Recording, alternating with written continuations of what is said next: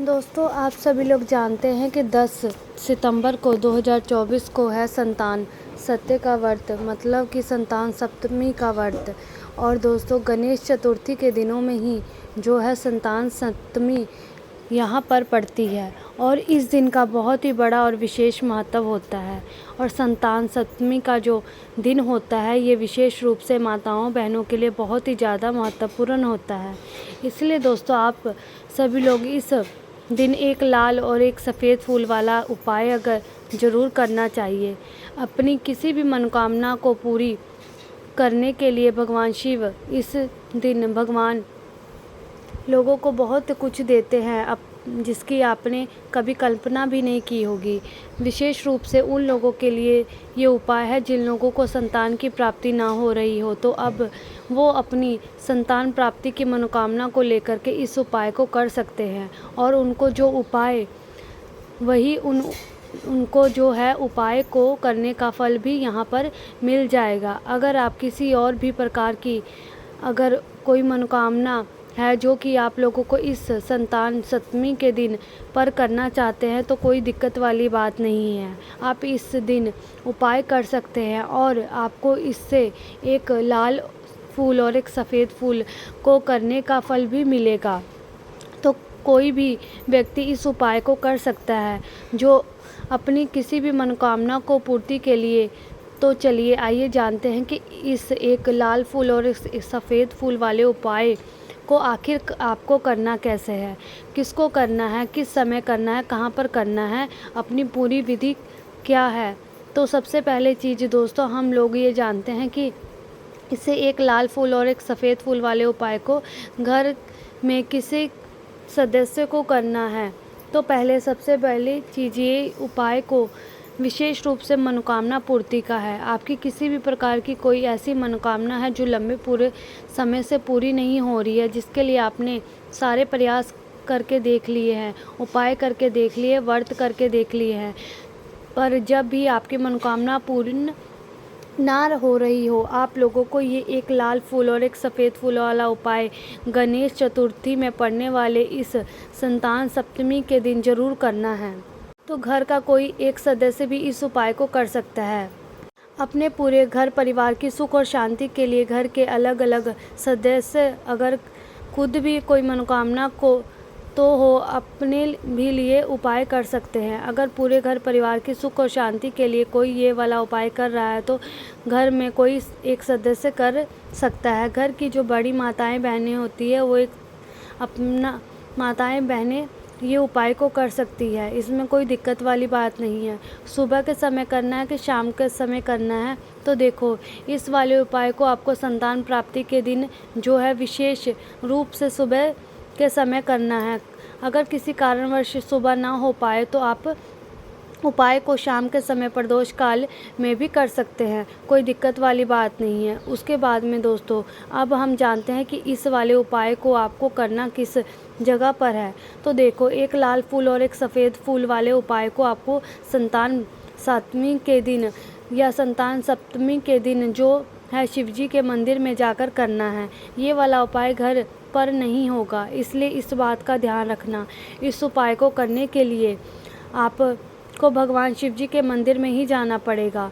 ये सारी चीज़ें आपको समझ आ गई होगी। अब हम जानते हैं कि उस उपाय को करने की विधि क्या है और इस उपाय को करने की सामग्री क्या है। तो देखो, सामग्री जो है आप लोगों को उपाय के नाम से समझ आ रही है होगी कि एक लाल फूल और एक सफ़ेद फूल वाले उपाय को, तो सीधी सी बात है, इस उपाय में हमें एक लाल फूल और एक सफ़ेद फूल ही यहाँ पर आवश्यकता पड़ने वाली है।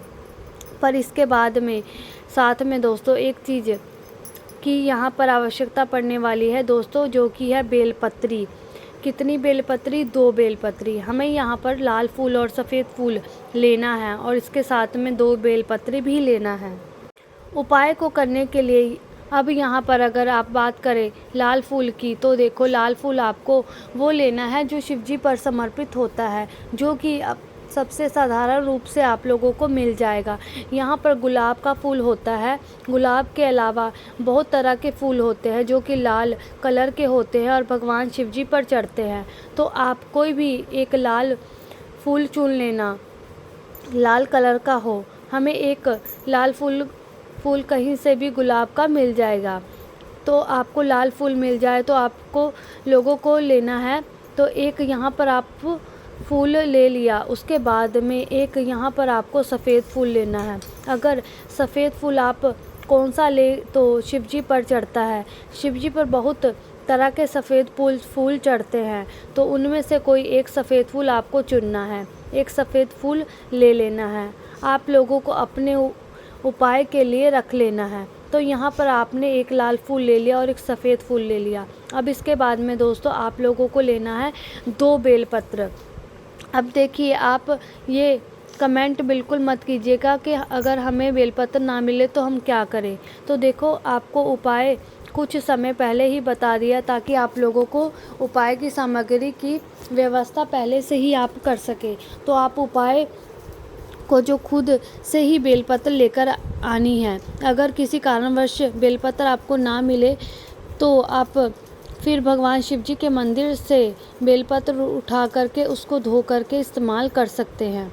पर आप कोशिश करना कि आपको बेलपत्र मिल जाए, या आप पूछ करके खरीद करके या वृक्ष से तोड़ करके ले आ सकते हैं, पर आपको लाना खुद से पड़ेगा, इस बात का ध्यान रखना। और अगर ला पाते हैं तो एकदम से उपाय सुनने की, तो फिर इस जगह पर आप शाम के समय मतलब शिव जी के मंदिर में जब आपको, तो शिवलिंग के ऊपर में जो 2 बेलपत्र आप लोग उठा लेना और अपने उपाय को करने के लिए। उसके बाद में दोस्तों, अब जब भी आप लोग उपाय को लिए जाओ, सुबह जाओ या शाम जाओ, तो शुद्धता का विशेष रूप से ध्यान रखना है। और उपाय सुबह करो या शाम करो, उपाय की जो विधि है वो एक ही सी रहेगी, इसमें कोई दिक्कत या बदलाव नहीं रहेगा। तो आप करना क्या है, उपाय अगर सुबह के समय कर रहे हो तो आप लोगों को अपने साथ में 1 लोटा जल, कुछ पूजन सामग्री लेकर जाना है, क्योंकि हमें उपाय करने के लिए कभी भी खाली हाथ ऐसे नहीं जाना चाहिए। हम को ये दर्शाना नहीं चाहिए भगवान शिव जी के मंदिर गए हुए हो तो सिर्फ आप फ़ायदे के लिए गए हुए हो, तो हमें ये नहीं दर्शाना चाहिए। इसलिए हमें भगवान शिव जी के मंदिर जब हम इस उपाय को करने के लिए जाए तो कुछ ना कुछ पूजन सामग्री ज़रूर लेकर के जाना है, जैसे कि 1 लोटा जल कम से कम लेकर के जाना है, या इसके अलावा जो भी आप पूजन सामग्री लेकर जाना चाहते हैं वो सारी चीज़ें लेकर के जा सकते हैं। तो सुबह के समय जा रहे हैं तो पूजन सामग्री लेकर के जाना है। बाकी अगर शाम के समय प्रदोष काल में जा रहे हैं तो फिर शाम के समय गोल बत्ती या शुद्ध गाय के घी का दीपक जो होता है वो अपने साथ में लेकर के जाना है, और फिर जाकर के जो है भगवान शिव जी के मंदिर में इस वाले उपाय को आप लोगों को करना है। तो इस बात को समझ गए, उपाय की सामग्री तो लेकर के जाओगे ही, पर आपने साथ में कुछ पूजन सामग्री भी ज़रूर लेकर के जाओगे। और सुबह जाओगे तो आपको स्नान करके जाना ही पड़ेगा, और शाम को जाओगे तो मुंह हाथ धो करके जा सकते हो। शाम को स्नान करने की ज़रूरत नहीं है। शुद्धता का विशेष रूप से आपने ध्यान रखना है।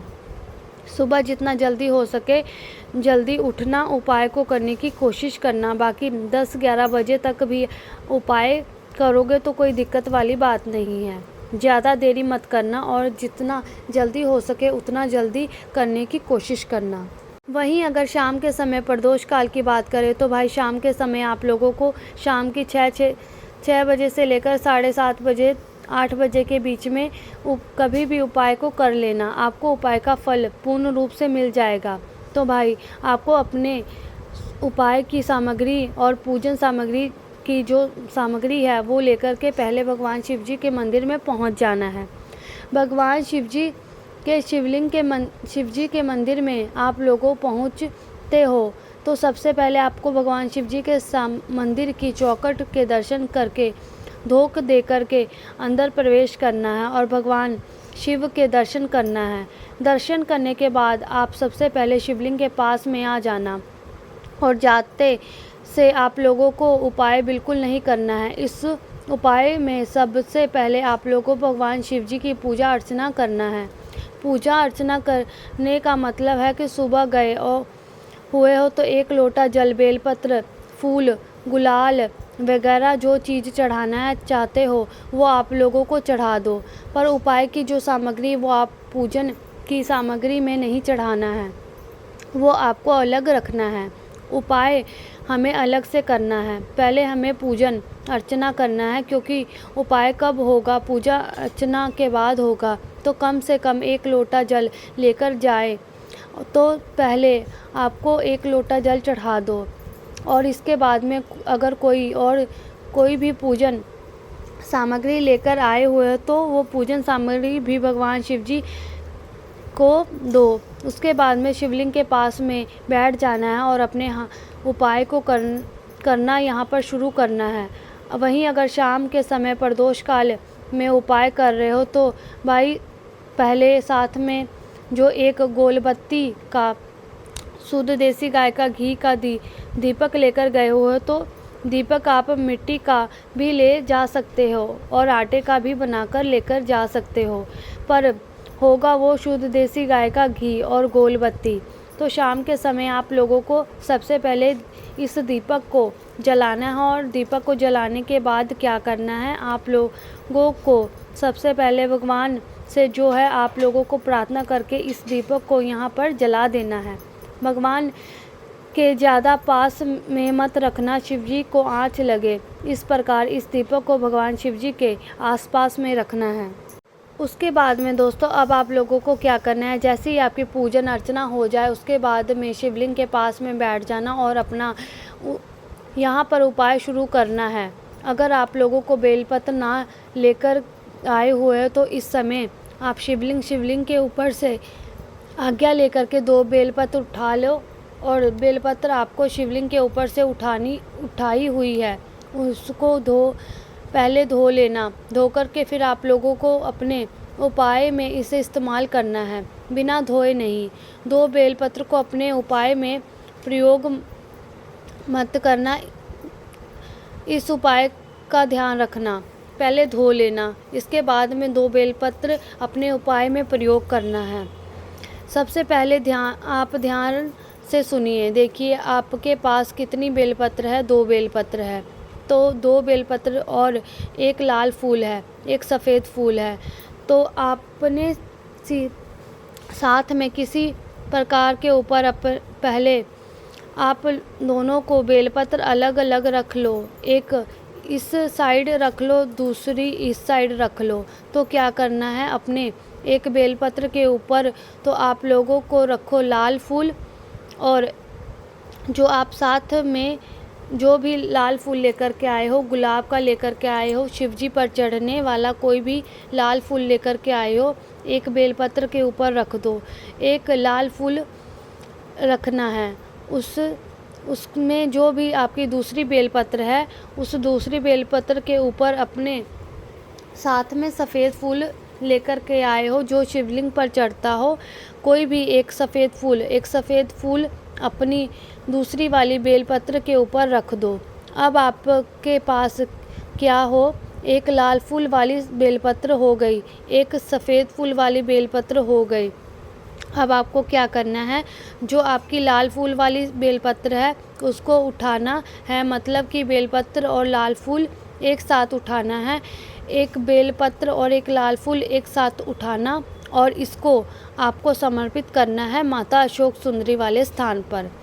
अब बेलपत्र हम आपको सभी लोग जानते हैं कि उल्टा करके समर्पित करते हैं, तो ऐसा आप कर सकते हैं। पहले बेलपत्र समर्पित कर दे और उसके ऊपर आप लोग लाल फूल समर्पित कर दे, ठीक है। तो करना क्या है, सबसे पहले आप लोगों अपनी लाल फूल वाली बेलपत्र को उसमें सबसे पहले बेलपत्र लेना है और माता अशोक सुंदरी वाले स्थान पर समर्पित कर देना है। जो भगवान जी की जलाधारी होती है, जलाधारी का बिल्कुल बीचों बीच का जो भाग होता है वो माता अशोक सुंदरी का स्थान होता है। इस जगह पर बिल्कुल जलाधारी के बीचों बीच में आपको ये बेलपत्र समर्पित करना है।